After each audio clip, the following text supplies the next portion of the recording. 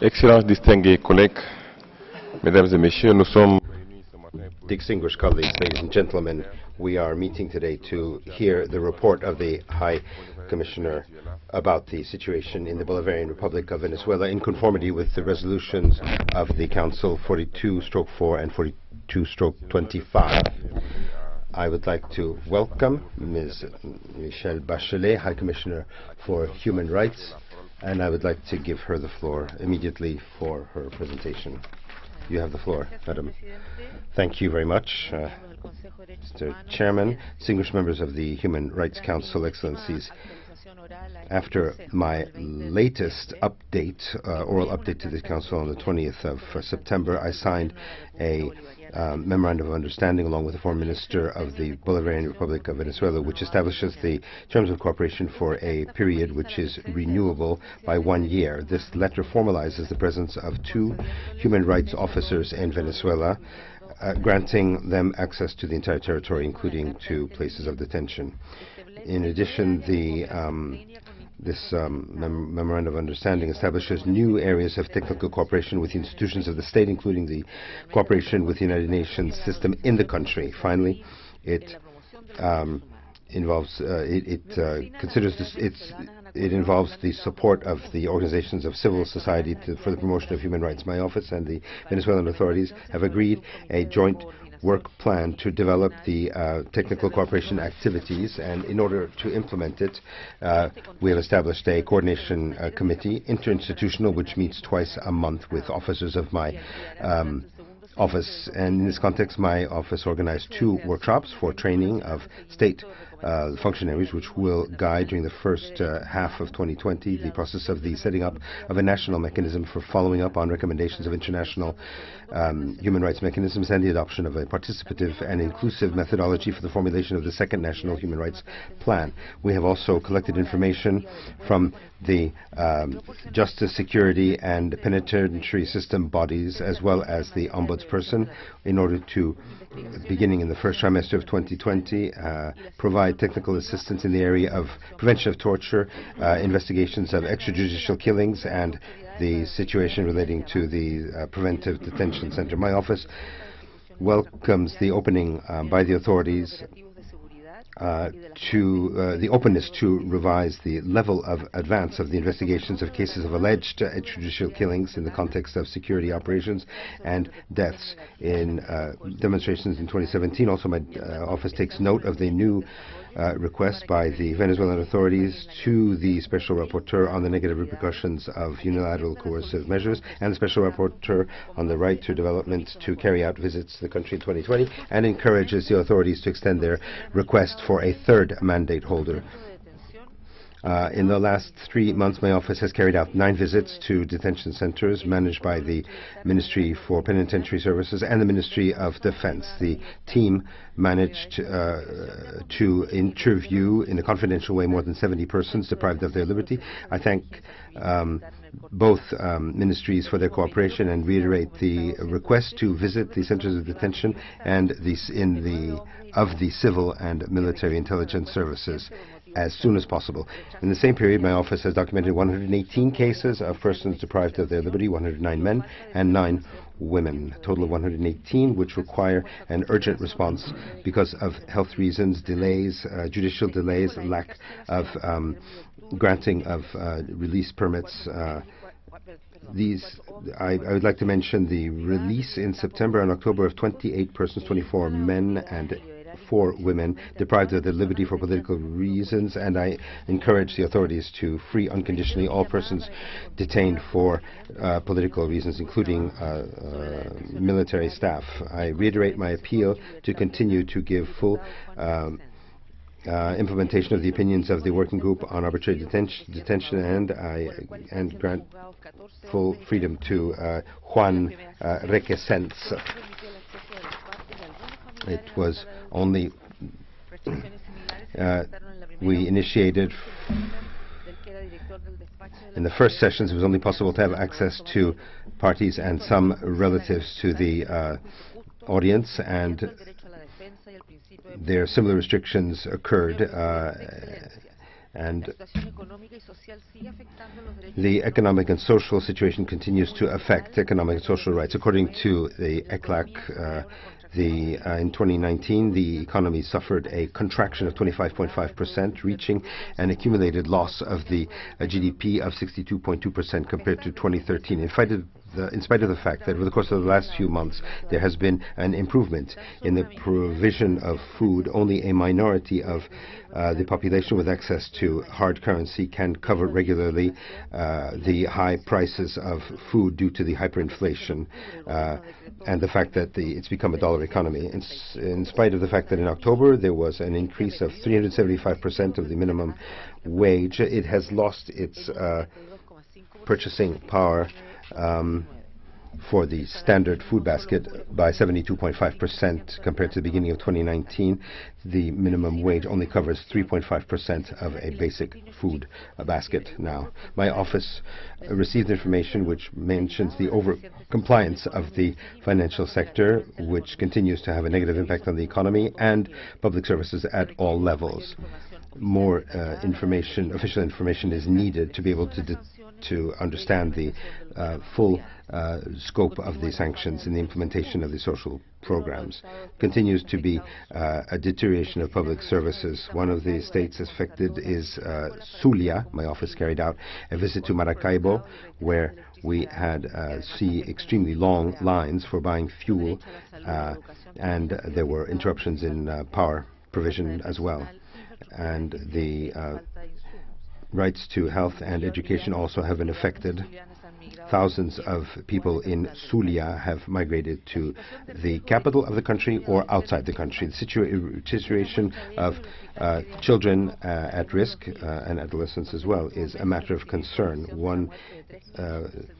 It's here in the pediatric hospital in Rios, where over the course of the last month there were 3 girls who died in hematology and 1 child in the oncology service. Of the 39 children who need a transplant, 15 are in a critical situation.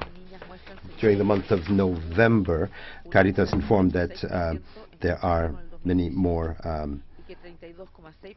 poor people, and 11.9% of the children show acute malnutrition.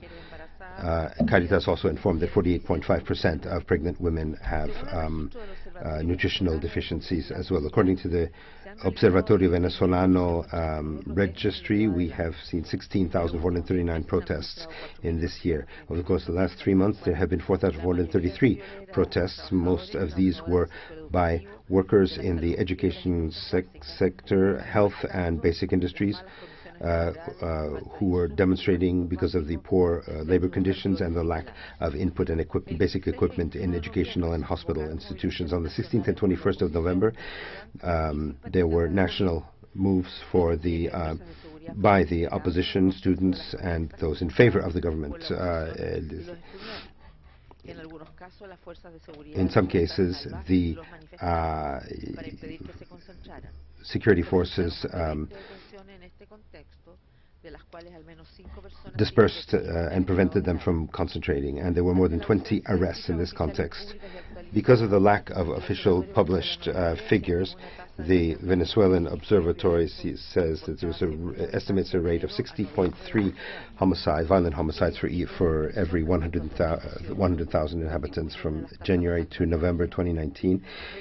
Although this is less than in 2018, it is one of the highest rates in the region. I reiterate my concern because of the levels of violence over the last few months, which have had, and as can be illustrated by the assassinations of Edmundo Pipo Rada Angulo and the Governor Johnny Yanis Rangel. Between August and this date, my office has continued to document allegations of alleged extrajudicial killings by members of the FAES, Special Fuerzas de Acciones Especiales, especially against young men in marginalized areas. Recently, it was announced that in August 2017, from August 2017 to now, 770 officials have been accused for violations of human rights. And according to information shared with my office, all of those who were prosecuted. About 55 officials were prosecuted because of homicide, involving 68 victims. Among those, there were 14 who were members of the National Police of Venezuela, without specifying whether they were a part of the FAES. I appreciate the information provided by the Ministry, and it's important to know what the number of denunciations by violence of human rights presented by to the Ministry in this period is, to be able to assess the impact.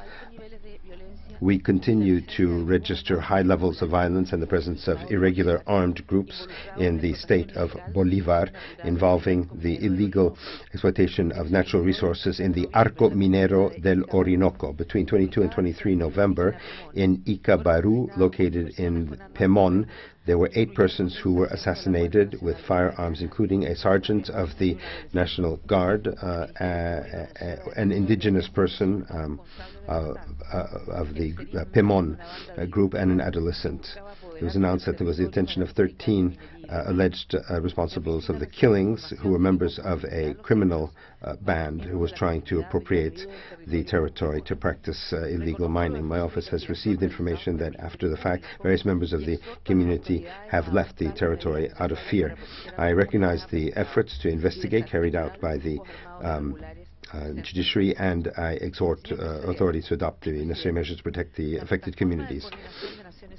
The platform for the coordination of the United Nations for Refugees and Migrants in Venezuela estimates that 4.7 million persons have abandoned the country, and it projects that this figure will reach 6.5 million by the end of 2020. I'm very concerned by the increase in the irregular migration, due in part to the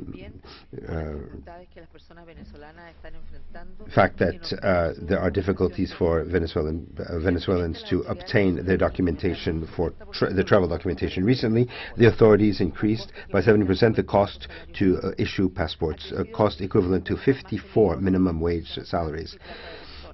It has created, this means that there are more dangerous routes that have been created, and we have information that between April and June of 2019, 102 migrants disappeared in 3 ships, and up until now, we do not know the whereabouts of 32 women, 10 adolescents, 3 children, and 46 men. My office has continued to document acts and cases of restriction of public liberties. We have received information of harassment, threats, and detention by the intelligence services and the security forces. On the 19th of November, officials of the DGCIM detented the manager of operations, who was for more than 10 days in incommunicado detention, and up until now continues to be detained at the headquarters in Caracas of the DGCIM. The DGCIM also detained briefly 3 journalists who were covering this. The non-governmental organizations continue to face restrictions. My office has observed that the processes of the registration of acts of organizations involve many delays. 2020 will be an election year. It's crucial to guarantee the public freedoms, liberties that are necessary to create elections that are free, impartial, credible, transparent, and peaceful. I'm concerned by the lifting of the immunity of 5 opposition persons, raising to a total of 30 deputies of the opposition whose immunity has been lifted. I'm also concerned by the authorities, high-level authorities, who are continuing to arm the militias, as well as the presentation by the Constituent National Assembly of a draft law that continues to incorporate the national militia to the Fuerza Armada Nacional. I reiterate my appeal to all political stakeholders in Venezuela to take up the negotiations once again to reach a solution to the political and economic crisis. My office is committed to contribute to an improvement of the situation in human rights, and I stress the importance of establishing a more wide and consolidated presence in the country. It makes it possible to advance the human rights agenda. Thank you. I'd like to thank the High Commissioner for her statement. Excellencies, ladies and gentlemen, I'm going to invite delegations now who would like to put questions or offer comments on the presentation that has just been made by Her Excellency, the High Commissioner. Representatives of non-governmental organizations who wish to take the floor are invited to inform the Secretariat at the back of the room on the left side. I'm going to first give the floor to the Ambassador of the Bolivarian Republic of Venezuela. You have, Mr. Ambassador, you have the floor.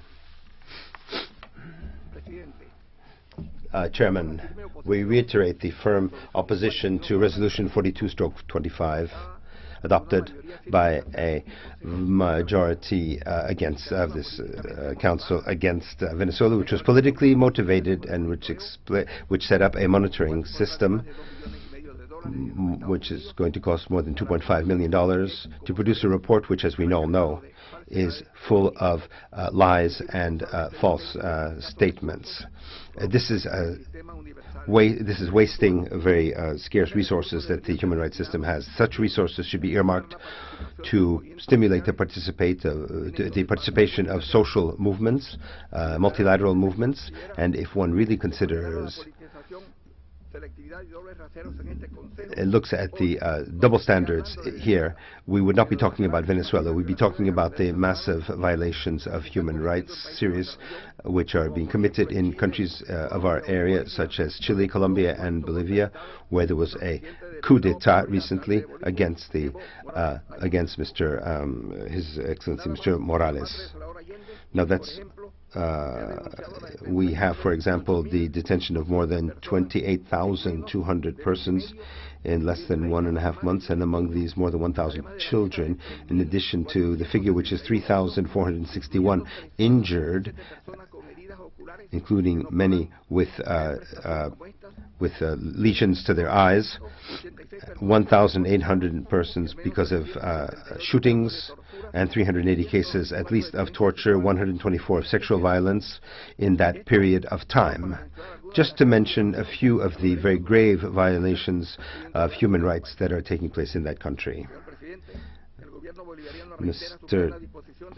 Chairperson, we repeat that we are ready to have a dialogue and cooperate with Michelle Bachelet's office. In the oral presentation of the High Commissioner, it has been clearly shown that the Venezuelan state, through its competent bodies, is extending all facilities so that the Memorandum of Understanding, which was signed, will be fully implemented. The team from her office, which is located in Venezuela, has received the very full support based on the principles which are contained in the UN Charter, respect for self-determination of peoples, and non-interference in internal affairs of states. With this Memorandum of Understanding signed between the Office of the High Commissioner on the 20th of September and Venezuela, we have reinforced the technical cooperation and assistance in various areas related to human rights. And there have been a number of institutional training workshops with a view to the development of the second National Human Rights Plan, and steps are being taken for the recommendations to implement the recommendations by the various conventions. And there have been we reiterate the invitation to come and visit the country the Special Rapporteur on the negative effects and on the right to development. Those two mandates. There a lot of work is being done by the agencies in Venezuela, and a clear plan of this is the humanitarian plan, which is carried out with the full in the country by the United Nations with the full support of the government of Venezuela. Since the last update by the High Commissioner in September of this year, the government of Donald Trump has imposed 23 new coercive unilateral measures which are causing death, suffering, and pain, and the freezing of many millions of dollars in foreign banks is depriving Venezuela of the money that it needs for input from a medical point of view, food, and so on. We regret that there are member states of this organization that support these coercive unilateral measures. Recent moves by Venezuelans to the outside of the country are because of the situation and because of these criminal measures. And in the special plan of returning to the country. We have 16,175 persons who have come back to the country. There are more than 70,000 requests to come back at our embassies. Now, the fact that there is a lack of input and because of the negative repercussions in the social area, which was referred to by the High Commissioner in her report, is principally and directly related to the unilateral coercive measures that have been imposed by the government of Donald Trump against the people, against the government of Venezuela and the people of Venezuela. She recognized the negative impact of these measures in the enjoyment of the human rights of Venezuelan people, and in spite of these serious challenges, we continue to increase a number of things. More than 6 million families are benefiting now from food, in many cases cost-free. Thanks to the special missions that are taken there are more than 2 million families who have benefited. That's a total of 11,479,000 persons who have benefited from this program. This is 38.3% of the total population of the country, and this is an absolute world record. 350,250 homes have been provided to families of Colombian nationality. The health, education, sports and culture programs in Venezuela are entirely cost-free, also for migrants and refugees. We have a high human development index in the 2019 report from the UNDP, and it was at level number 96. So there is no humanitarian crisis in Venezuela.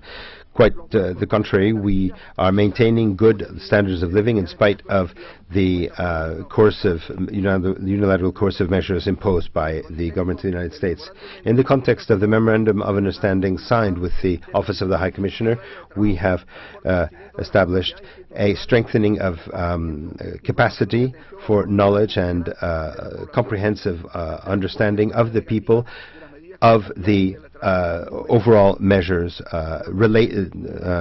flowing from the unilateral measures by the United States. There are some methodological failures and gaps in the report which feed into the campaign against Venezuela. However, we will remain open for a constructive exchange of information with the Office of the High Commissioner. We are a free, democratic country where human rights are enjoyed in conformity with our Constitution, and the vigor of our participative democracy can be seen clearly, and these are elements that have been protected by Venezuela. There's a free enjoyment of human rights. We thank the countries that have supported our candidacy as a member of the Human Rights Council for the following year, and we acknowledge and there's a commitment by our country. The content of this oral presentation has been received officially by our delegation just a few minutes ago. Given that fact, we will soon have more exhaustive responses to its content. The protection and the promotion of human rights are sacred. They should not be used by a pretext to generate even more violence against the human rights themselves. Thank you very much. Je vous remercie, mademoiselle, pour votre intervention. Thank you very much for your statement. We are now, ladies and gentlemen, going to hear the list. There are 2 minutes for each speaker. I now give the floor to Peru. Gracias, señor presidente.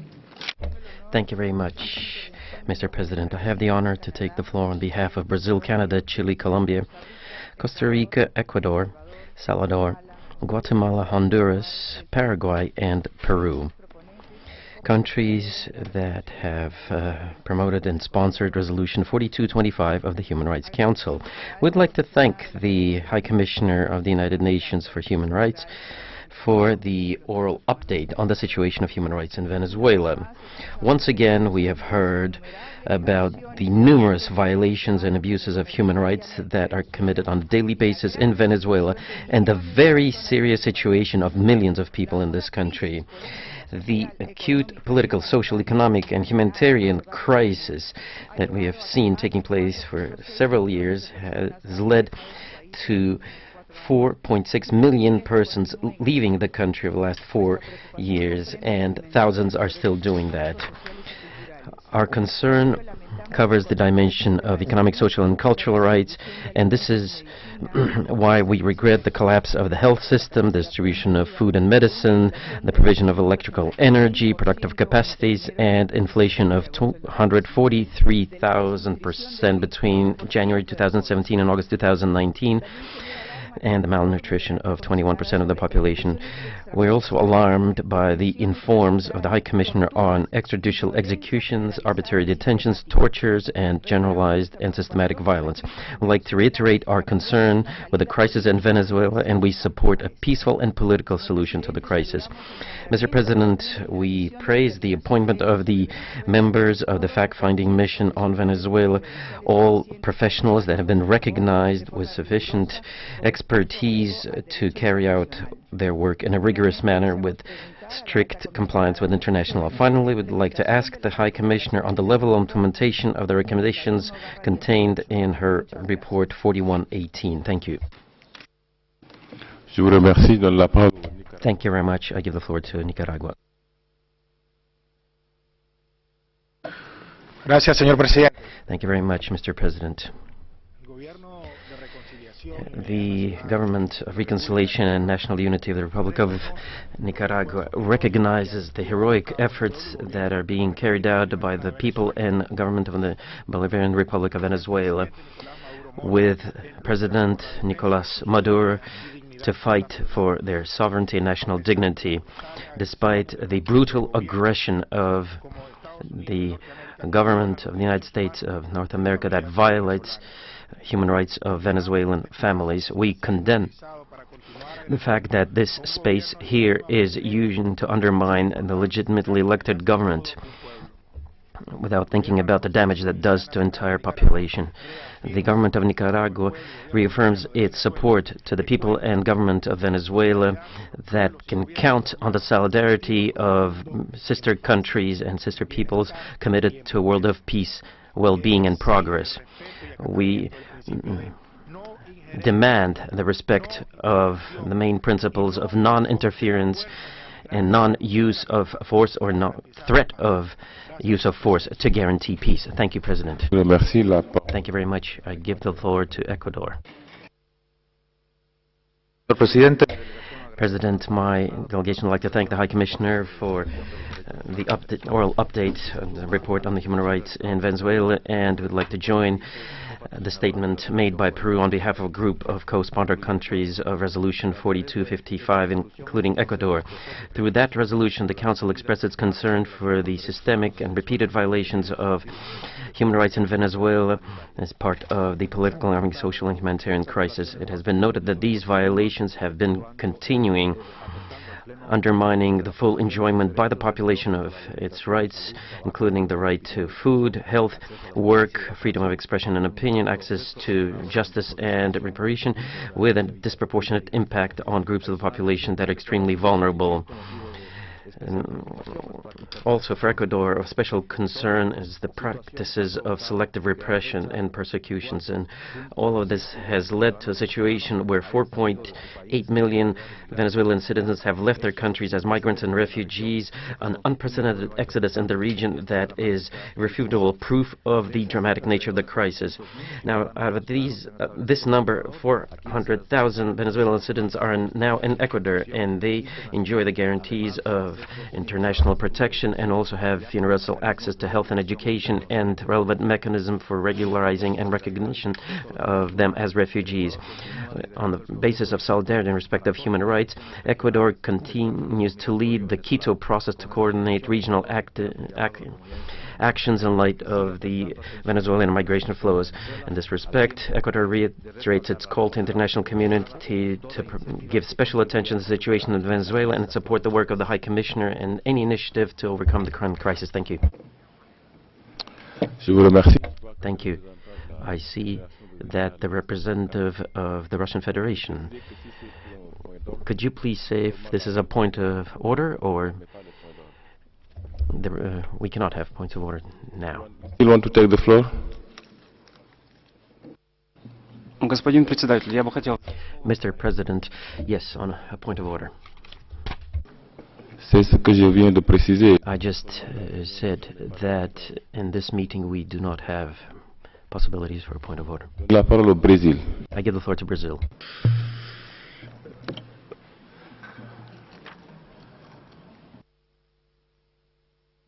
Merci, Monsieur le Président. Thank you very much. Brasil se asocia a la Brazil aligns itself with a statement made by the Lima Group and strongly condemns the continued violations of human rights in Venezuela. Reference is made to media campaigns, but we're asking a question.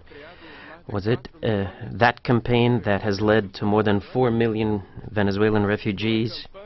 Was it that campaign that has led to torture, a captain that died because of torture? I don't think so.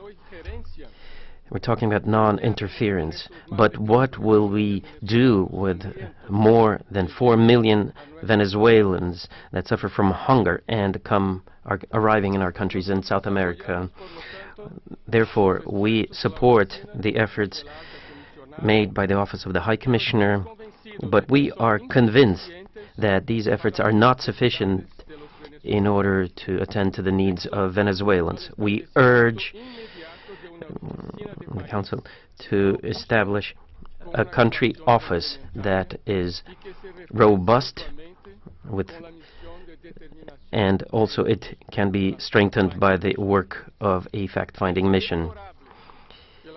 It is regrettable that the Special Action Forces are continuing to carry out executions as a tool for intimidation and social and political repression.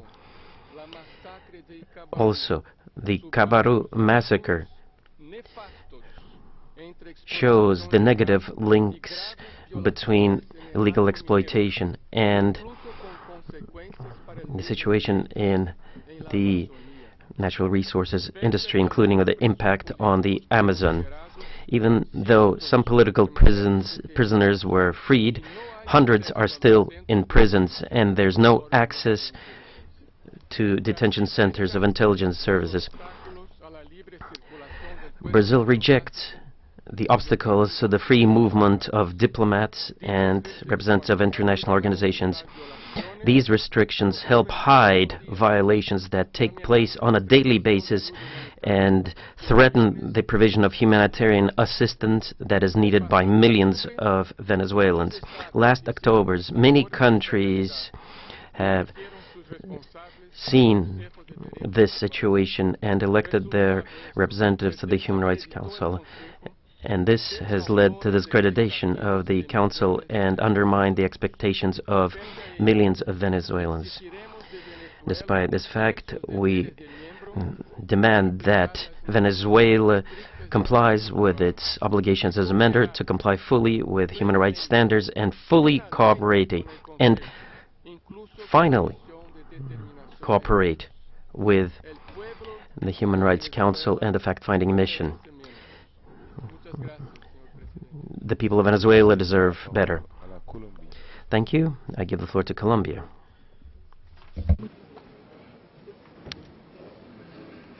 Gracias, señor presidente. Thank you very much, President. I would like to thank the High Commissioner for the oral update. Colombia would like to reiterate its rejections of the multiple massive and systematic violations of human rights that the regime of Nicolas Maduro continues to carry out against his own citizens that are fleeing the countries to respond to their basic needs and guarantee political and civil rights. Projections state that by the end of 2020, 6.5 million Venezuelans would leave the country, and many of them will be in Colombia. It is important for the international community to know and continue to give a priority to the dramatic situation of human rights in Venezuela, the negation of the right to health, to food, to education, selective repressions and persecutions on political grounds, arbitrary detentions, torture, application of military justice to civilians, extrajudicial executions, and the lack of guarantees to witnesses and families of victims, violations of collective rights of indigenous populations, the impossibility of due process, and all of this has been documented. Without the implementation of any of your recommendations, Madam High Commissioner, we can only expect the human rights situation in Venezuela to worsen. We would like to express our gratitude to the President of Human Rights Council for the election of the members of the fact-finding mission. It has to start its work immediately and enjoy all guarantees to work in an independent manner and to determine individual responsibilities with a view to ensure full accountability of those responsible for crimes and justice for victims. We have to ensure that the human rights guarantee and protect the rights of Venezuelans remaining in the country facing violence from the regime, and that migrants and refugees can one day go back home. Thank you. Thank you very much. I give the floor to Australia. Thank you, Mr. President. Australia thanks the High Commissioner for today's oral update. We remain deeply concerned by mounting evidence of regime human rights abuses and attacks on democracy. We urge all parties to work towards a peaceful resolution and return to democracy through free and fair elections. We call on the regime to immediately release all political prisoners and cease intimidation of opposition leaders and protesters. The political and socio-economic crisis has spurred an unprecedented population outflow. We appreciate the positive response from Venezuela's neighbours and the work of UNHCR and IOM in regional coordination. Australia is particularly concerned that Venezuela's women, children and indigenous communities have been disproportionately affected by the crisis. Lack of access to food, medicine and changed access to traditional lands is increasing suffering. Reports of increasing trafficking of vulnerable people for sex and forced labour throughout the region are a concern. We ask the High Commissioner to report on any immediate concrete steps taken to remedy the grave violations of human rights by the regime and look forward to the next update at HRC 43 in 2020. Thank you. Thank you. I give the floor to Croatia. Thank you, Mr. President. Croatia aligns itself with the statement of the European Union yet to be read. We would like to thank the High Commissioner for oral update on the human rights situation in the Bolivarian Republic of Venezuela. Croatia previously welcomed the commencement of cooperation between the government of Venezuela and the OACNUDH, and we continue to support this cooperation. We at the same time encourage the implementation of all agreements in these regards and the broadening of cooperation with international human rights bodies.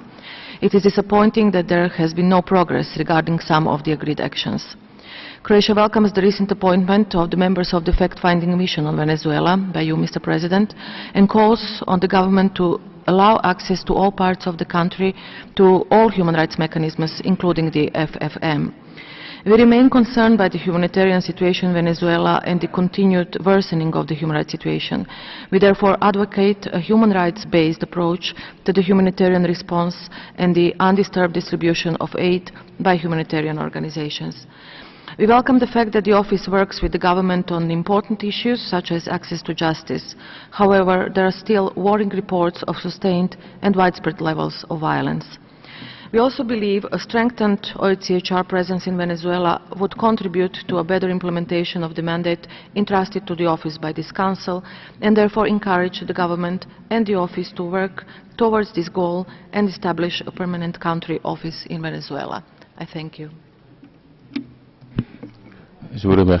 Thank you very much. I give the floor to Austria.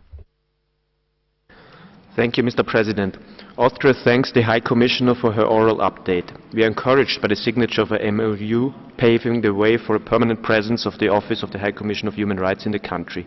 The stationing of 2 OHCHR officials in Caracas presents a positive step to enhance international cooperation and scrutiny.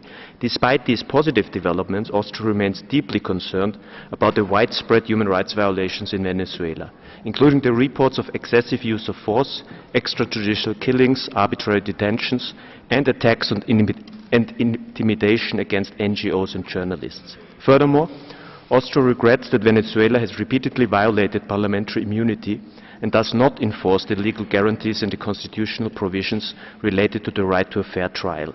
We call upon Venezuela to release all political prisoners and to ensure a transparent process against all detainees. The humanitarian situation also continues to be dire. Due to repression and shortages, millions of Venezuelans have fled the country in the past 4 years. The health situation and the shortage of medicines, medical equipment and medical staff in hospitals remain critical, particularly affecting the most vulnerable persons. We continue our call to allow for the unhindered and sustained delivery of humanitarian assistance to Venezuelans in need.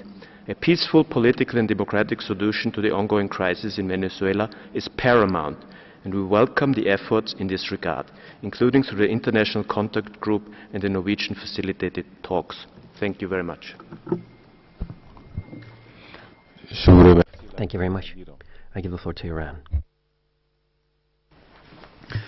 Thank you, Mr. President. We thank Madam High Commissioner for the oral presentation on the situation of human rights in Venezuela. We appreciate Venezuela's positive and forward-looking approach towards Resolution 42/4. It is indicative of the government's political will to improve the situation of human rights through voluntary constructive engagement and dialogue. We are reminded of the Memorandum of Understanding concluded between Venezuela and the OHCHR in September 2019 with a view to strengthening cooperation and technical assistance in the area of human rights. We encourage the government to remain steadfast in protection and promotion of human rights despite the formidable challenges it has been facing. We deplore in this context the continuing unilateral coercive measures imposed on Venezuelan people by the United States and sound the alarm over dire consequences of unlawful sanctions on the enjoyment of human rights, in particular the rights to health and to life. Unilateral sanctions, as vindictive and cruel as they are, further aggravate the situation and jeopardize the international efforts for the promotion and protection of human rights. The negative consequences of UCM on enjoyment of human rights are not proportionately considered. Unilateral sanctions are nowadays a weapon of choice to starve people, to create division, and to stir violence in the targeted societies.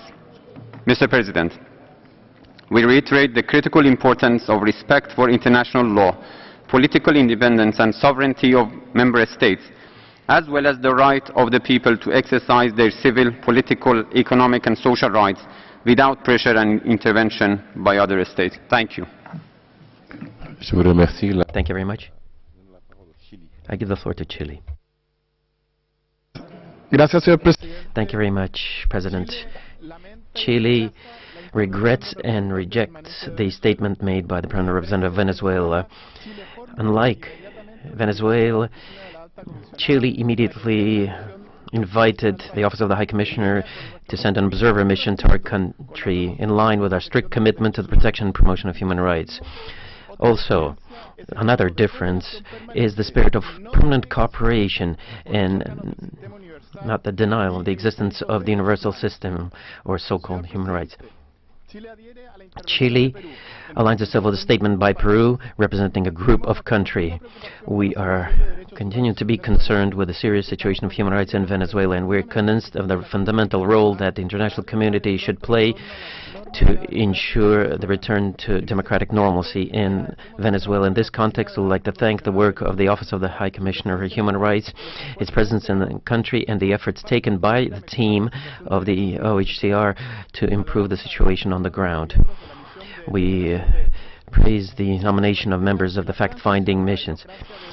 Chile would like to say that the transition to democracy should be carried out by Venezuelans themselves in a peaceful manner within the constitutional framework supported by political and diplomatic means. This is the framework for our commitment with the system of the promotion and protection of human rights as states seek a solution to this crisis. Thank you. Thank you. I give the floor to the Netherlands. Thank you, Mr. President. We fully align ourselves with the EU statement yet to be delivered. The Kingdom of the Netherlands highly appreciates the work the High Commissioner has done in Venezuela, and we urge Venezuela to implement the High Commissioner's recommendations. We also repeat our call upon the Venezuelan authorities to facilitate the permanent and unhindered presence of OHHCR in the country. We would like to call special attention to the case of Member of Parliament Jan Requesens. We have, together with our EU and Lima Group partners, followed his court case closely. The trial of Juan Requesens does not comply with international standards, and unfortunately this is pervasive. There are other defendants who have equally been denied the right to fair trial. We expect Venezuela to respect every citizen's fundamental freedoms and human dignity, including the right to a fair trial. Madam High Commissioner, the crisis in Venezuela has been going on for far too long. As your report states, the situation in Venezuela continues to be very disturbing. In order to reverse the situation, a peaceful and political solution is needed. This requires a full restoration of democratic principles and practices. The ongoing intimidation and large-scale persecution of members of parliament is a blatant violation of these democratic principles and human rights. This demonstrates the efforts of the regime to try to control parliament at all costs. Venezuela will in a few weeks become a member of the Human Rights Council. Every nation has that right. Yet with membership also comes responsibility. It is not a free ride, and members of the Council have a responsibility to advance and protect human rights in one's own country and worldwide, and to cooperate with the decisions made by this Council. For Venezuela, continuation of the status quo is, in our view, not a permissible course of action. High Commissioner, what are your expectations as regard to the Venezuelan cooperation with a view to the urgent need to improve the human rights situation in Venezuela? I thank you. Thank you. I give the floor to Cuba.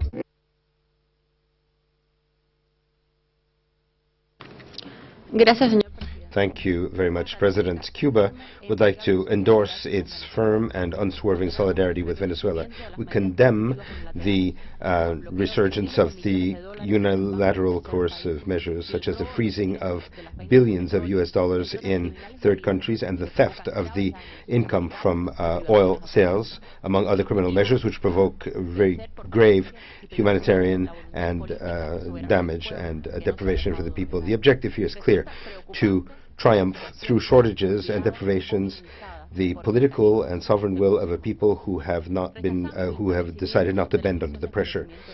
We're concerned by the situation, and we reject the establishment of the fact-finding mission, which is the result of a politically motivated resolution against the Bolivarian Republic of Venezuela, a country which has been the victim of a campaign of politicization and media which is unprecedented.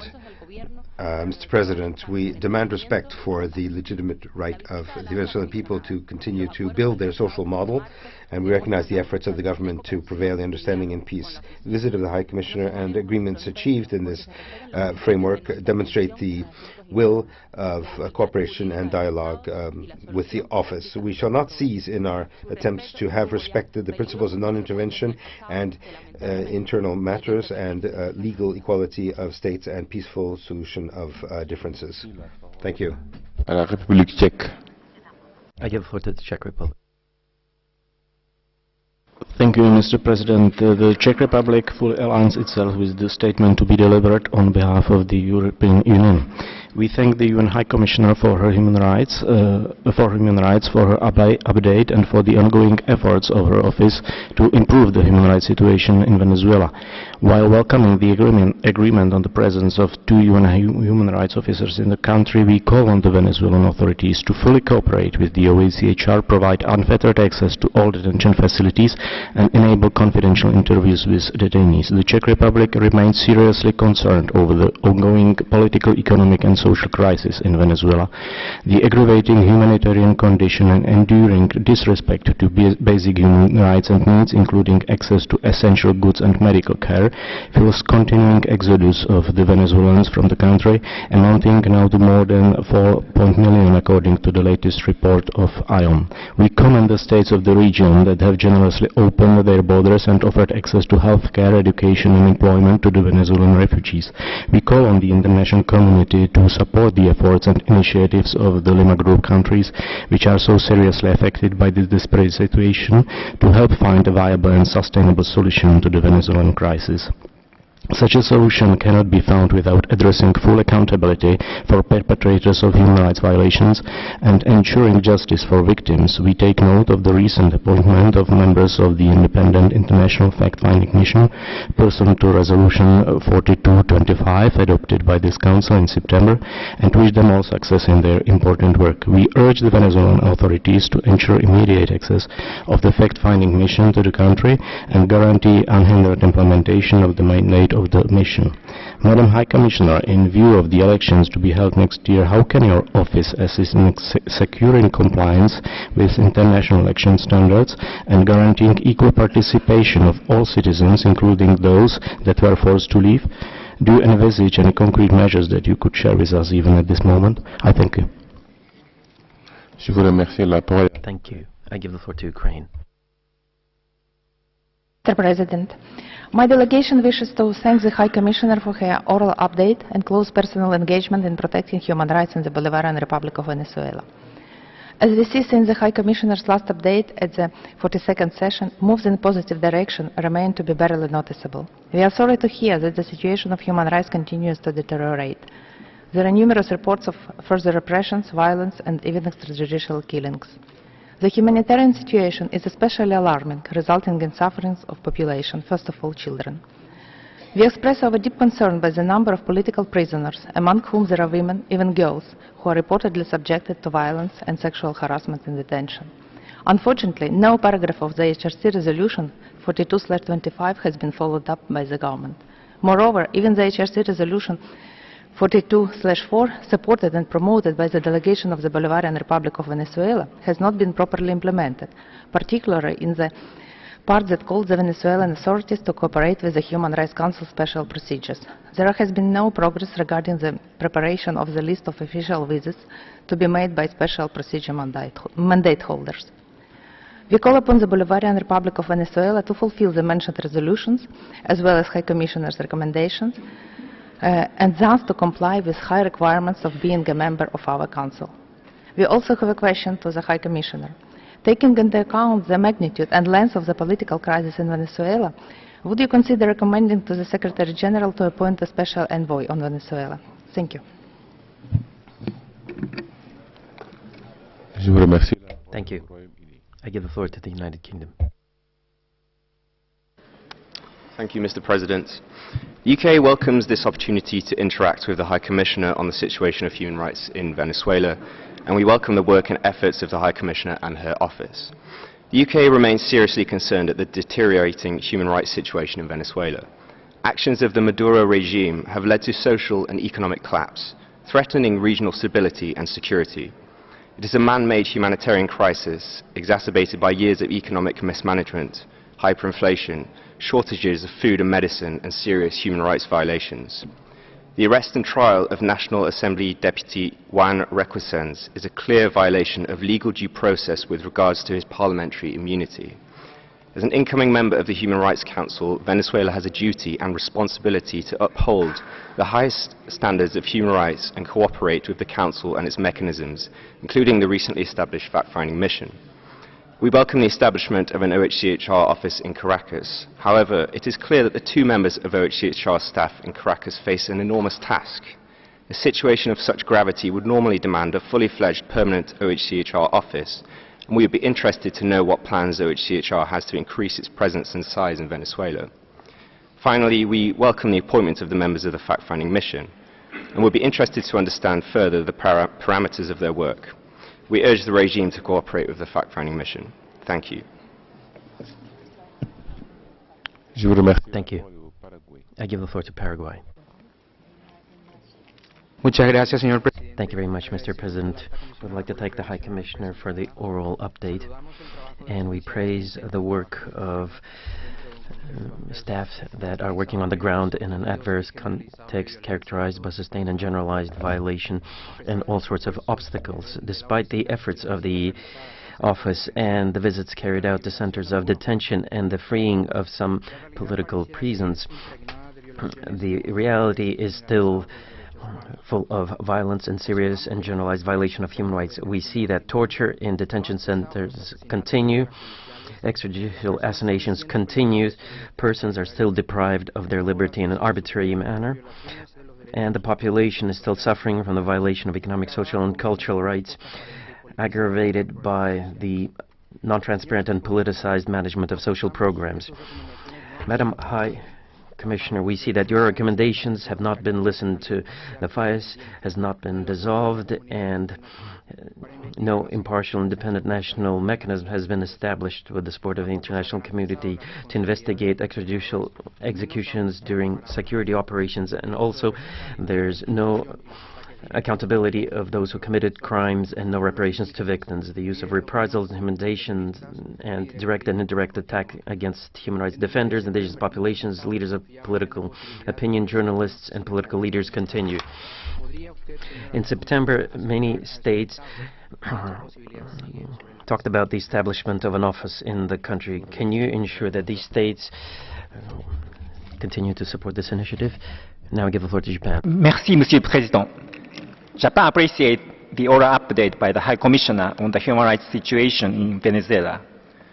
Japan welcomes the appointment of members of the fact-finding mission on Venezuela and the signing of the Memorandum of Understanding between the OHCHR and the government of Venezuela. Japan encourages the government of Venezuela to fully cooperate with the mission and to implement the MOU, including assuring the free and safe movement of UN human rights staffs and their unhindered access to detention centers and other facilities. Japan shares the concerns brought to the Council today by the High Commissioner regarding the situation of human rights in Venezuela, and will support the recommendations made by the High Commissioner and her office. Japan strongly hopes that all Venezuelans may fully enjoy the human rights in the near future. Merci, Monsieur le Président. Thank you, Mr. President. Thank you very much, Japan. Then I now give the floor to Georgia. Thank you, Mr. President. And I also use this opportunity to thank High Commissioner Bachelet for the oral update presented today. Ladies and gentlemen, unfortunately, since the adoption of the last resolution 42/25, there has not been even slightest improvement on the situation on the ground. Moreover, it is persistently deteriorating through the increased violence and ongoing extrajudicial killings and through the crackdown on the enjoyment of social and economic rights. Representatives of civil society, mass media, and even academic circles are subject to persecution, legal restrictions, and harassment. Rights of the indigenous population are also violated. All of the above consequently leads to a large and ever-growing wave of refugees, which in turn have an impact on the whole region. The regime also continues to tightly control the distribution and implementation of humanitarian aid to those in a dire need, thus significantly reducing the impact of humanitarian efforts. The regime also controls UN officials, notwithstanding the signed letter of understanding of last October. Georgia reiterates its stance with the people of Venezuela, who courageously embrace democracy and freedom and supports efforts of Juan Guaido in achieving peaceful democratic transition. We call on Nicolas Maduro and his regime to end hardship imposed on Venezuelan people. I thank you.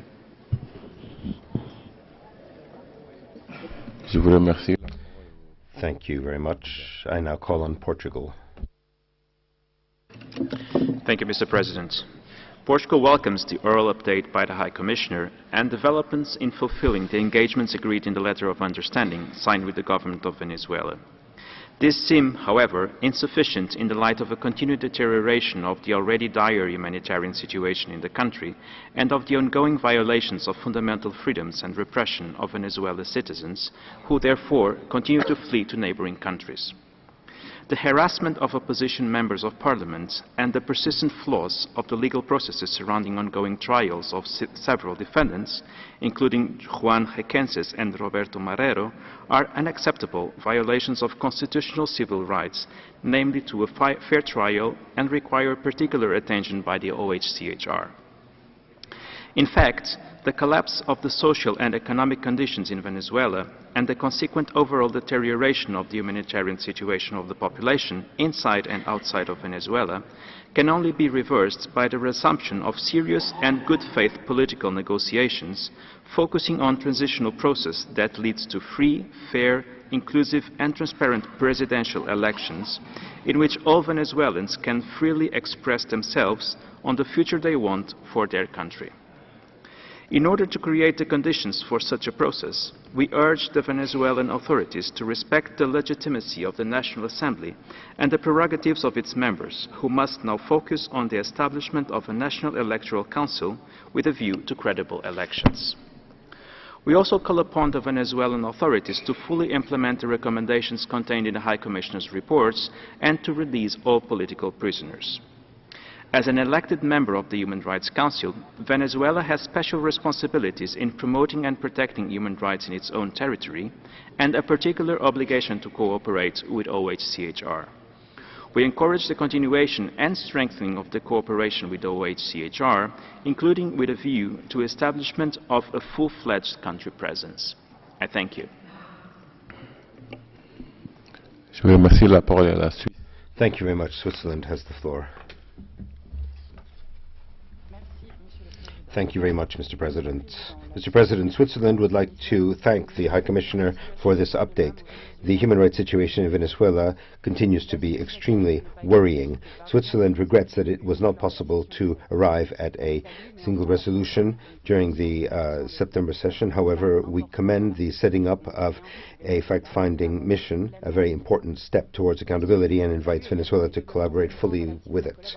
Switzerland welcomes the recent developments relating to the cooperation between Venezuela and the OHCHR, in particular the release of persons detained arbitrarily and access to places of detention. We ask the government of Venezuela to speed up the implementation of commitments undertaken during the visit of the High Commissioner in June 2019. Swiss is alarmed by the numerous reports of extrajudiciary killings which allegedly have been committed by members of the security forces, and we ask Venezuela to investigate and to prosecute those responsible and to take all measures to ensure that these practices without delay stop. Switzerland is also extremely concerned by the continuous lifting of parliamentary immunity of numerous members of the National Assembly, and by intimidation and judicial prosecution and arbitrary detention for those opponents, which the opponents are victims of. Finally, Switzerland is worried by the situation in terms of right to food and health, difficulties of supply, medicines in particular, and Switzerland would urge the Venezuelan authorities to facilitate access to centers of detention of the Military Counterintelligence Directorate and the Bolivarian National Intelligence Services to make it possible to visit the visits by special procedures in 2020 to guarantee fundamental liberties during this electoral year. Thank you very much, Mr. President. I'd like to thank the High Commissioner for her update. Regime against its own people, as clearly outlined in last summer's report of the High Commissioner for Human Rights. In particular, ongoing extrajudicial killings, political detentions, and the destruction of the environment remain of serious concern. Perpetrators of human rights violations must be held to account. Canada welcomes the ongoing efforts of the OHCHR, including in regard to detainees and prison visits, and we encourage a strengthened presence of the OHCHR on the ground. We equally welcome the establishment of the fact-finding mission on Venezuela, further to the HRC resolution adopted in September. Canada encourages the strengthening of cooperation between the OHCHR and the Inter-American Commission for Human Rights, and we urge the Venezuelan authorities to facilitate the required access and protection of these bodies to carry out their duties. Canada will continue to work with our international partners, including the Lima Group, to achieve a peaceful return to democracy and respect for human rights in Venezuela. Thank you. Je vous remercie. Thank you very much. I now call on Germany. President, Germany fully aligns itself with the EU statement yet to be delivered. Madam High Commissioner, thank you very much for your important oral update. Germany fully supports the OHCHR efforts to address the serious and deteriorating human rights violations in Venezuela and the establishment of a presence of the OHCHR in Venezuela. The fact that both resolutions on Venezuela passed in the last Council called for today's meeting can be seen as an indicator for the urgent necessity to address human rights challenges in Venezuela. We remain convinced of the need to fully implement both resolutions, including enabling the access to the fact-finding mission. In this regard, we urge the Maduro regime to fully cooperate with all mechanisms mandated by the Human Rights Council. Germany remains deeply concerned about the deteriorating human rights situation in Venezuela. The seriousness of the human rights violations, shrinking civil space, the erosion of the rule of law, lacking accountability of human rights violations, the severe humanitarian crisis, and the dismantling of democratic institutions in the country need to be urgently addressed. The multidimensional crisis requires an inclusive political solution through a peaceful, negotiated, democratic and Venezuelan-owned process leading to free and credible presidential elections. Like other delegations before, we would like to address the case of Juan Requesens as one example of the lack of access to independent justice. Despite his parliamentary immunity as a member of the Venezuelan National Assembly, he has been arrested on 7 August 2018. In just a few days, he will have spent 500 days in the Helicoide prison in Caracas, but his formal trial has just begun a few days ago. Repeatedly, representatives of the EU member states' embassies have been denied access to observe the trial. We will continue to observe the proceedings very closely and urge the judiciary in Venezuela to ensure that all proceedings are fully in line with the due process of law, respecting the rights of all defendants. Juan Requesens must be released from prison, just like all other political prisoners in Venezuela. Thank you. Thank you very much. The EU has the floor. Merci, Monsieur le Président. Thank you. Warmly welcomes your oral update, High Commissioner, as well as your work and efforts and those of your office to monitor and promote the respect of human rights in Venezuela. The European Union stands ready to assist you in your efforts to ensure that the human rights and fundamental freedoms of all Venezuelans are fully protected. The European Union expresses its serious concern about the continuously worsening of the political, economic, social and humanitarian situation in Venezuela that is dramatically affecting its population, as well as the overall deterioration of the human rights situation. The European Union welcomes and supports the steps taken, the letter of understanding, to reinforce the cooperation with and the presence of the OHCHR in Venezuela. It is now essential to establish a fully fledged permanent country office in Venezuela. We call upon the Venezuelan authorities to fully implement the totality of the recommendations contained in the High Commissioner's report, notably those focusing on prevention, investigation, accountability, reparations and guarantees of non-repetition, as well as to fulfill the commitment to invite 10 special procedures within 2 years. We see with concern recent persecutions and harassment of members of the National Assembly. A peaceful and political solution can only be achieved if their political work is not criminalized and parliamentary activities are not repressed. The European Union also regrets that ongoing trials of Juan Requesens and other 16 defendants have so far failed to provide the adequate guarantees of transparency and due legal process.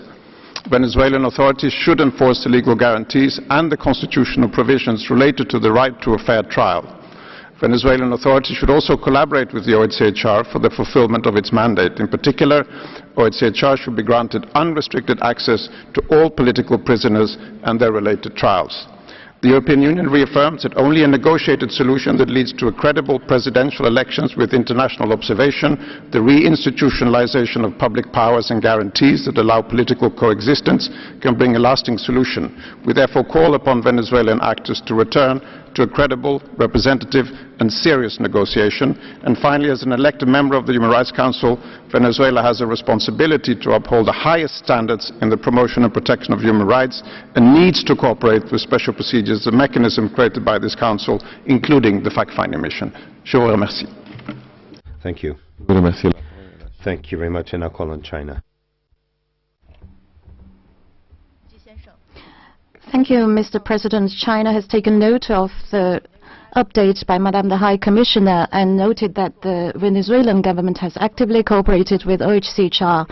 China pays great attention to the situation in the country and has always advocated that all countries must abide strictly by the UN Charter and the fundamental principles of international relations. We've maintained that the affairs of Venezuela should be addressed by its people through inclusive political dialogue and consultation under its constitution. China is against external interference, unilateral sanctions, the use of force or the threat of use of force against Venezuela. China supports the government's efforts in safeguarding its sovereignty, independence and stability.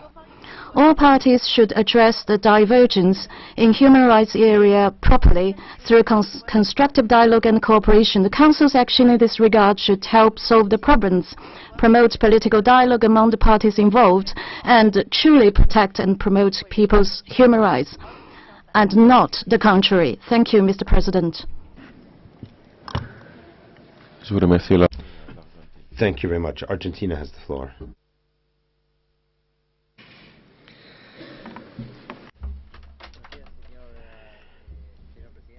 Good morning, President.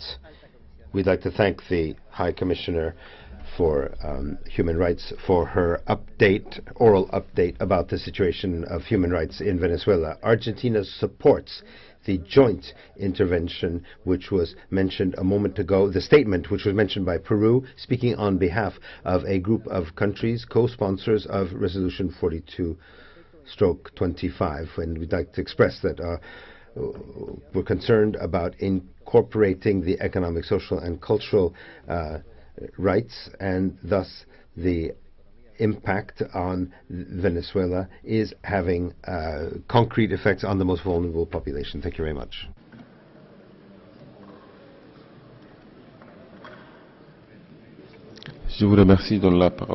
Thank you very much. And I'll give the floor to Peru. Gracias, señor presidente. Thank you very much, President. Peru would like to thank the High Commissioner for her presentation.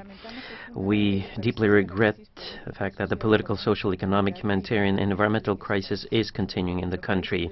Neighboring countries and countries of the region are receiving the direct impact of this crisis, and its most dramatic expression of the crisis is the continued exodus of citizens of the country. We have received in our country more than 900,000 Venezuelans in 2 years, which demonstrates the complete breakdown of the legitimate regime of Nicolas Maduro that tries to continue its survival through the violation of human rights and fundamental freedoms of the people of Venezuela. The regime, for this reason, intimidates, represses, tortures, detains, and through the operations of the FAES, carries out sinister extrajudicial executions. We're concerned in the fact that the deputies of the National Assembly are hounded by a judicial system that is not independent, as well as by the continued persecutions of journalists, human rights defenders, professors from university students, and anyone who manifests dissent with the regime. Clearly, freedom, expression, pacific assembly, and association are not respected. People are not fleeing the country because they do not have access to medicine or to health services, or because they suffer from malnutrition, but which is already shows how serious things are. They are fleeing because there's no justice, and apparently there is no remedy in the near future. We regret the fact that the regime of Nicolas Maduro was elected as member of the Human Rights Council. Representatives have refused to cooperate with the fact-finding mission that concern. And can a member of the Council elect the procedures and mechanisms that it should accept? And in conclusion, I would like to ask the Human Rights Commissioner the following. Can you tell us on how the level of violence has changed in the last several months? related to practices of torture, arbitrary detention, and extrajudicial executions detailed in the report of 4118. Thank you. I give the floor to the Russian Federation. Thank you very much, Mr. President. Madam High Commissioner, we would like to thank you for the oral update in line with resolutions of the UN Human Rights Council. However, my statement will be mostly linked to questions of procedure. This is the first time when we are facing with such a flagrant violation of the rules of procedure of the Council. We'd like to clarify on which basis are we here in this room. And if you're referring to the Council's resolutions 4244 and 4225, then we should be holding an official meeting. Otherwise, since we are talking about an oral update,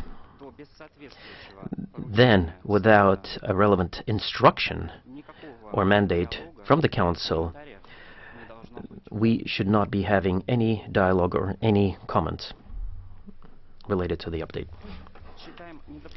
We find it unacceptable to play around or manipulate the rules of procedure of the Council. If this format of our meeting was selected on the political grounds in order to give the opportunity to several countries to criticize the legitimate government of Venezuela, then we can only regret this fact.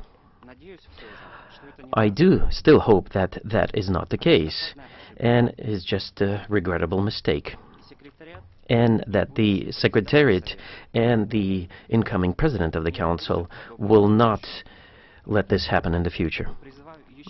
I would like to urge all parties to respect existing rules of the Council and not create chaos in the Council. Thank you. Thank you very much. Before I continue, I would like to express my thanks to the representative of the Russian Federation for his comments. And I'd also like to point out that these two meetings, the meeting this morning and the meeting we will have this afternoon, are convened on the basis of a resolution, the language of which is not entirely clear, but this cannot be interpreted as being a formal meeting of the Council. So this doesn't come under the responsibility of the President. We have to see maybe how resolutions need to be labeled. The title of the resolutions should be clear, perhaps, so that there is no questioning of the meaning of the resolution. So for the time being, I'll hold it to that. And so since that's my understanding so far, we shall continue to proceed in this manner until such time as we have clearer resolutions. I'd like to give the floor now to Spain.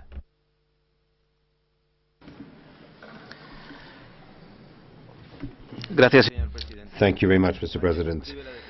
Spain subscribes to the statement by the EU, and we'd like to thank the High Commissioner for the report to the Commissioner, and we welcome the agreement between the OHCHR and Venezuela, in which we have the presence of the office in Venezuela, and we have two officers in Venezuela now, and they have access to prisons and centers of detention. Without prejudice to this progress, Spain shares the concern expressed by the High Commissioner in respect of the following. First of all, the disproportionate use of force by the security forces and other armed groups against the population. We share the appeal by the High Commissioner for the dismemberment of the FAES. And the next one is political persecution of the members of the opposition and those who hold critical positions. Spain would say that it is concerned, and Spain insists that we have to respect the immunity of members of the Assembly. Next, arbitrary detentions, torture, and extrajudicial killings. Today there are several hundred persons who are deprived arbitrarily of their liberty without having been submitted to any sort of a judicial process, in spite of release documents. Spain would like to stress the importance of the respect of due process guarantees we demand the fulfillment of the recommendations made by the High Commissioner in respect to access to basic services, and we encourage the competent bodies of Venezuela to cooperate with the fact-finding mission to be able to carry out the human rights through the resolution adopted at the last session of the HRC. Finally, we consider it is crucial to have established a permanent office of the OHCHR in the country, and that we guarantee the sustained cooperation with the office. Spain will continue to support the work of the High Commissioner, the purpose being to guarantee respect of the human rights of Venezuelan people. Thank you very much. I now have Belarus.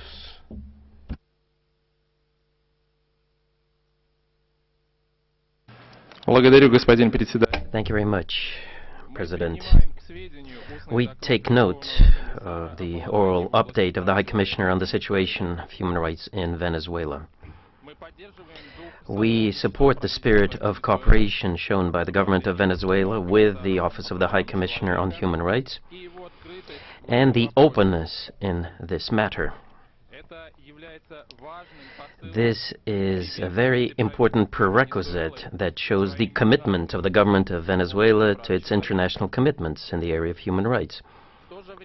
At the same time, we regret the continued attempts to exert political influence or pressure on Venezuela, including here in the Human Rights Council. We believe that this approach is counterproductive, and it undermines a genuine dialogue with the government of Venezuela. We believe that the Office of the High Commissioner on Human Rights and the Human Rights Council should use exclusively mechanisms for dialogue and cooperation with other countries. Mr. President, we also would like to express our concern with something that we do not understand. In fact, we're not clear about the legal status of today's event, in which some rules apply and others do not. Delegations find themselves now in a situation where they are basically writing their statements here in the room. We would like to ask the Secretariat not to manipulate the rules of procedure of the Human Rights Council and do not take additional functions upon their shoulders. We believe that such situations require prior discussions with states. Thank you. I thank Belarus once again. I'd like to state before I go to the list of speakers for NGOs that there's no willingness to manipulate any of the rules of procedure whatsoever. You believe that there is this willingness to manipulate things. You have your interpretation of Resolution 42.4 and Resolution 42/25, an interpretation that is different from my own. Therefore, I would invite you next time to see to it that the resolutions are clearly worded. There's no manipulation going on whatsoever. I wanted to stress that. I now give the floor to the World Peace Council. On behalf of the World Peace Council, we'd like to refer to the update by the High Commissioner on Venezuela. This report continues to characterize the situation in the country based on information, the sources of which are not rigorous and are lacking support, which talk about alleged violations of human rights in Venezuela. We're concerned by the very little attention that has been paid by this Council to the recurrent threats to the country, which continue to threaten the risk of the main human rights risk of any society, which is peace, mainly by the United States and the European Union, who are still recognizing a government that is not carrying out any type of function whatsoever, and over the course of the last few months has been involved in a turmoil of corruption scandals with the money that was supposed to go to humanitarian assistance and to strengthen human rights in the country. On last September, there was a meeting of the Lima Group with the President of the United States to invoke the Inter-American Reciprocal Assistance Treaty. The objective was to have a legal framework to approve a military intervention in Venezuela. And on behalf of the World Council, World Peace Council, we reject any interfering in the country which violates the sovereignty of the country and does not recognize the right to self-determination. Over the period from September to December, we have witnessed 21 interventionist actions, the most recent one being the setting up of a group of mercenaries and terrorists who were led by deputies of the Venezuelan opposition and who tried to bring in about 300 weapons, the purpose being to promote actions to expand terror all over the national territory. Once again, we make an appeal to defend peace in Venezuela, to condemn these actions, and to do everything possible to achieve progress in the memorandum signed between the Office of the High Commissioner and the Venezuelan state. Finally, we request that this Council should have more effective action because of the systematic violations of human rights which can be seen in Bolivia, Chile, Colombia, Ecuador, and other countries in the region. And I go for the American Association of Jurists. Thank you very much.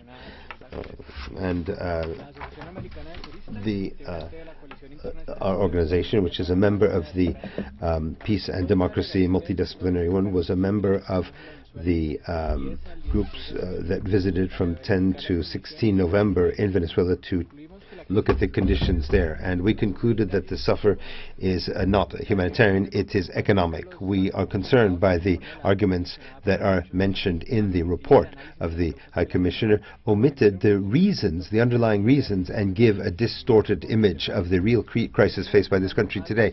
And the end of this is that it justifies an intervention in Venezuela.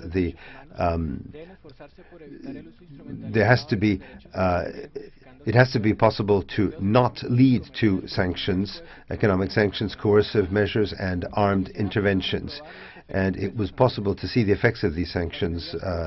We were able to see the results of these coercive actions by the United States and allies that make it impossible for the full enjoyment of rights in Venezuela.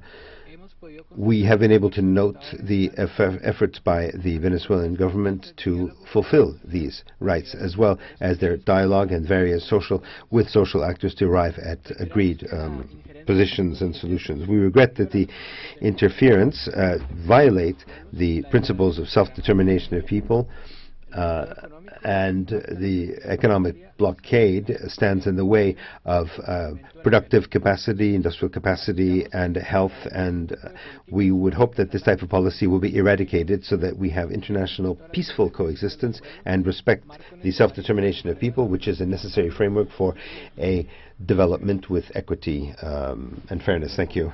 I thank you very much. Señor Presidente, Funda Latina would like to express its thanks for this third report by the High Commissioner on Venezuela. Without a doubt, the cooperation between the Office of the High Commissioner and Venezuela has made it possible to deal with very important subjects that our organization has been working on. We value very much that this cooperation makes it possible to have technical assistance for the development of the second human rights plan, as well as a strengthening of the preventive detention centers. We agree with the High Commissioner that in Venezuela there are children who have leukemia and who have not been able to receive their treatment. And over the course of the last few weeks, we have documented 12 new cases of children who require transplants to be able to survive. Dair's son is one of these. This person is 16 years old, has lymphoblastic leukemia, and he has to receive a transplant immediately, urgently. The life of this person is at risk because the blockade imposed by the United States has made it impossible to pay for the treatment. Moreover, we would urge the High Commissioner to request justice for Rolando Figuera, who was lynched, but the authorities of Spain refused to extradite the person who is responsible for the killing of this individual, promoting impunity in this case. We insist that the work of the Technical Office of the High Commissioner for Human Rights should be impartial, should be free of any politicization which stands in the way of all of the efforts that are being made. Thank you very much. Thank you very much. Gracias. Thank you very much, President. Thank you, High Commissioner. Despite the economic crisis in Venezuela, as part of the blockade that violates the rights of Venezuelans as confirmed by the Special Rapporteur on unilateral course of measures.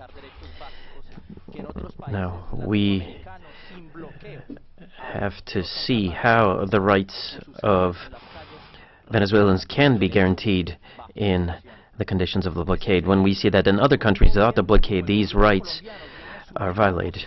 It is incredible how the Colombian government should talk about the respect of human rights in Venezuela when just 4 days ago there was a mass grave that was found as a result of the actions of the armed forces of the country. How can the Colombian government talk about the respect of the rights of indigenous populations when indigenous persons are assassinated in Colombia? Venezuela has shown that it takes enormous efforts related to the right of housing, something that other countries are not doing. The same applies to the right to education. In Venezuela, there are 8 million IDPs. Is a country with the highest levels of inequality, or all of the political leaders that have been assassinated? No, that's not the case. It is very important to keep these things in mind, because these undermines the credibility of the office in its work to protect the individual and collective rights of Venezuela. It's very important for the international community and the Human Rights Council to understand that it is not by using blockades that one can overcome the crisis, which is not a humanitarian crisis, but it's an economic crisis. Thank you.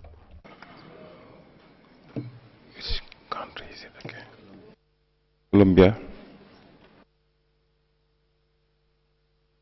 Thank you, President. This meeting was convened under the mandate contained in 2 resolutions, 42-4 and 42-25, and was done to talk about the human rights situation in Venezuela. We are a democratic country that respects human rights, and we also respect the office of the High Commissioner and those present in the room. Colombia faces challenges, faces problems, and we work together with the Human Rights Council on the basis of the agenda that has established. This meeting is convened to only look at the human rights situation in Venezuela. That is why we're here today, and if you allow me, you, President, and the Secretariat should ensure that the session is used for those purposes. There are other points of the agenda, there are other concerns that are also valid, but I do believe that you have the authority to ensure that we respect the issue on the table today. Also, it is important for the Secretariat to take into account the presence of countries here, because there are different NGOs that work in the Human Rights Council, but one day they represent one NGO and the other day they represent somebody else. What is the form in which they are accredited before the Secretariat? Have they been accredited by ECOSOC? And I'll leave it at that. Thank you, President. Thank you very much, Colombia. I fully agree that the meeting today relates to the situation in Venezuela. So, in principle, we should only refer to Venezuela. And I'd like to remind the Le Pont organization has been done before not to talk about things that are not on the agenda. Now, on the question of NGOs that speak on behalf of different groups, they have been duly accredited by our group, so the accreditation does exist. So if they speak on behalf of NGO X today and NGO Y tomorrow, the Secretariat has not control over this. The most important thing is that the NGO has been accredited in due form, and that is the case. Perhaps these rules should be reviewed by the Council, but this is the situation that we have today. I give the floor now to Human Rights Watch. Thank you, Mr. President, and I speak fairly consistently on behalf of Human Rights Watch. We thank the High Commissioner for her oral update, which is both timely and sobering, and confirms that the situation in Venezuela is dire and that rights violations are ongoing. It is unfortunate that Venezuela began its response today by rejecting a resolution of the Human Rights Council and dismissing critiques of the human rights situation in the country as, quote, politically motivated and reflective of double standards based on lies and false statements. Mr. President, for the situation in any country to improve, the first step is for the state concerned to acknowledge its shortcomings and to commit to addressing them. What I did not hear in the response of the delegation of Venezuela today was any acknowledgement of government responsibility for extrajudicial killings, arbitrary detention, enforced disappearances, torture, or violations of the rights to health, food, and education. The statement of the delegation that there is, quote, no humanitarian crisis in Venezuela is disconnected from reality. We are concerned at the lack of progress towards meaningful country visits by a representative range of special procedures. Any engagement with OHCHR is, of course, to be welcomed, but it is not an end in itself. The success of engagement can only be measured by results, by the concrete steps that Venezuela has taken to implement the recommendations in the High Commissioner's report, end violations, advance human rights, and hold those responsible to account. In this regard, accountability is an essential element for any resolution of the crisis in Venezuela. We welcome the recent appointment of the members of the fact-finding mission. Venezuela chose to run for membership of the Human Rights Council and was elected by the narrowest of margins. Council membership carries obligations, the most basic of which is to cooperate with the Council and its mechanisms. If Venezuela refuses to cooperate with the fact-finding mission, then it is in contempt of its responsibilities as a member and should face consequences. Thank you. Je vous remercie. Thank you.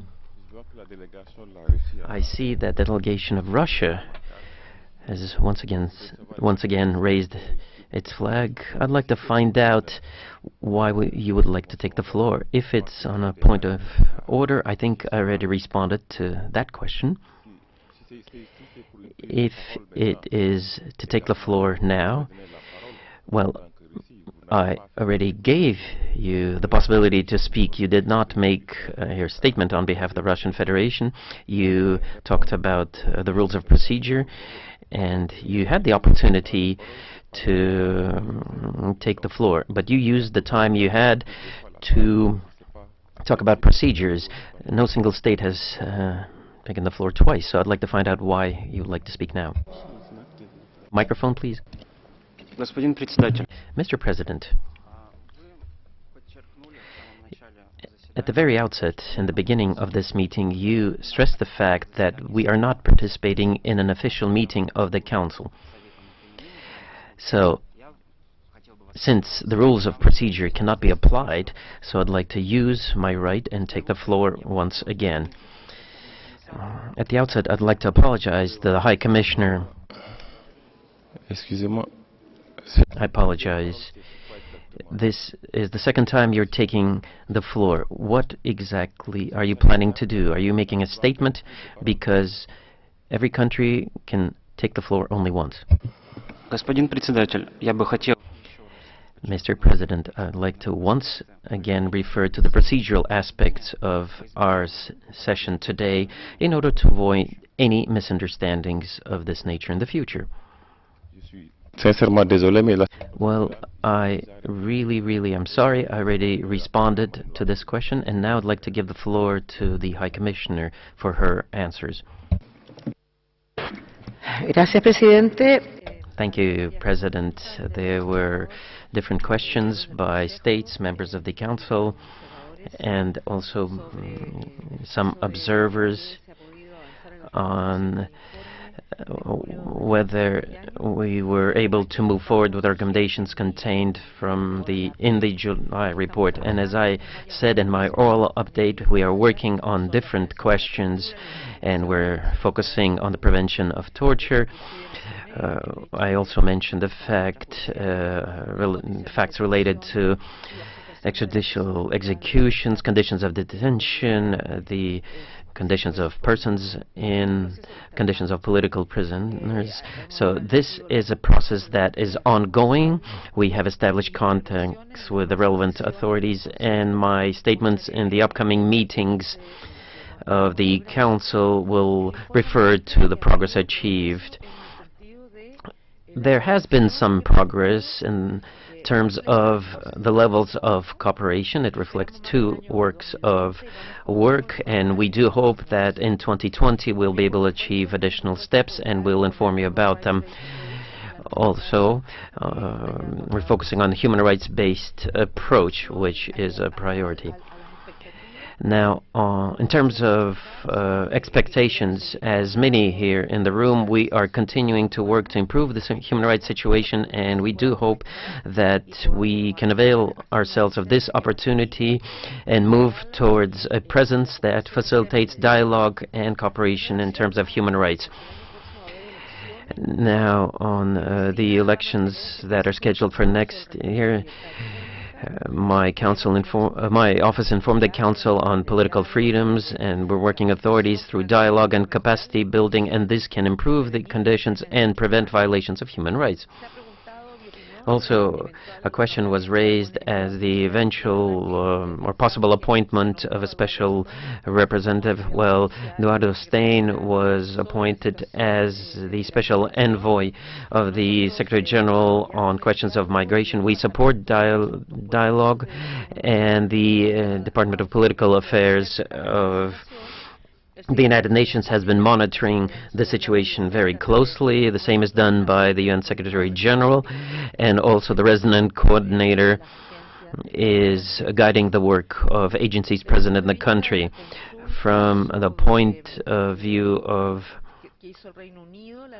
the questions in connection with the questions raised by the UK, we believe that we can gradually expand our presence in the country to respond to the situation in the country, and also to respond to the requests for technical support, and also on the basis of dialogue with civil society. In March 2020, and I referred to the Memorandum of Understanding that we signed, we'll be reviewing our cooperation agreement, and this will be an opportunity to discuss the eventual presence of an office, and I would really love to have a full-fledged office in order to deal with the challenges that we face. We fully agree that dialogue on human rights is the best way to move forward.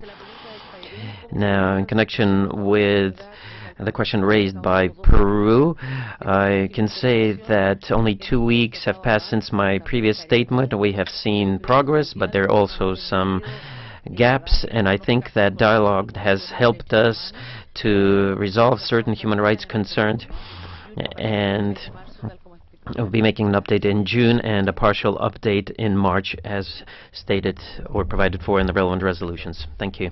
I'd like to thank the High Commissioner for these replies. Now, ladies and gentlemen, this concludes the session related to the oral update. I'd like to thank the High Commissioner, and we'll be meeting once again here in this room at 3 p.m. The meeting is adjourned.